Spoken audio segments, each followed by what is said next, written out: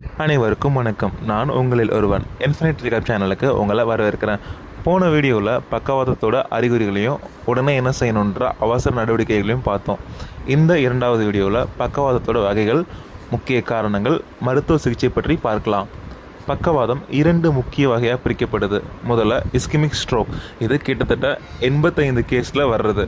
மூளைக்கு போகிற இரத்த குழாயில் அடைப்பு ஏற்பட்டு ஆக்சிஜன் போய் சேர முடியாமல் போகுதுல, அதனால் வர்றது. இன்னொன்று ஹெமரஜிக் ஸ்ட்ரோக். இரத்த குழாய் வெடித்து மூளையில் இரத்த கசிவு ஆகிறது. அதனால் மூளைக்கு தேவையான ஆக்சிஜன் போய் சேர முடியாமல் போகிறதுனால வர்றது.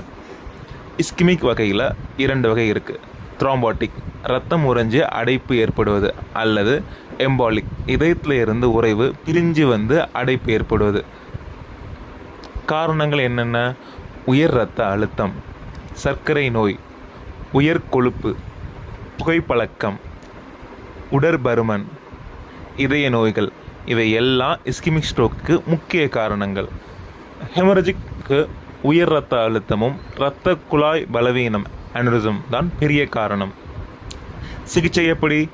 இஸ்கிமிக் ஸ்ட்ரோக்கில் முதல் 4.5 மணி நேரத்துக்குள் த்ராம்போலைட்டிக் மருந்து, கிளாட்பஸ்டர் மாதிரி டிபிஏ அல்லது டெனக்டப்ளேஸ் கொடுத்தா உறைவை கரைச்சிடலாம். பெரிய அடைப்பாக இருந்தால் மெக்கானிக்கல் த்ராம்பெக்டமி, குழாய் விட்டு உறைவை இழுத்து எடுத்துடுவாங்க. சிலருக்கு 6 முதல் 24 மணி நேரம் வரைக்கும் இது பண்ண முடியும். ஹெமரஜிக்கில் ரத்த அழுத்தத்தை உடனே கட்டுப்படுத்தணும். ரத்த கசிவை நிறுத்த மருந்து கொடுப்பாங்க. தேவைப்பட்டால் சர்ஜரி பண்ணி கசிவை அடைச்சி அழுத்தத்தை குறைப்பாங்க. மருத்துவர் பரிந்துரையுடன் ஆன்டிபிளேட்டட் மருந்தான ஆஸ்பிரின். ரத்த அழுத்தம், சர்க்கரை, கொழுப்பு எல்லாத்தையும் கட்டுப்பாட்டில் வைக்கிறது ரொம்ப முக்கியம். நேரமே உயிர். விரைவாக மருத்துவமனைக்கு அடைந்தால் உயிரையும் உடல் செயல்பாடுகளையும் காப்பாற்ற முடியும். அடுத்த 3வது பகுதியில் பக்கவாதத்தில் ஃபிசியோதெரபிஸ்ட் மற்றும் புனர்வாழ்வின் பங்கை பற்றி பார்க்கலாம். மேலும் தகவலுக்கு சேனலை பின்தொடருங்க. நன்றி.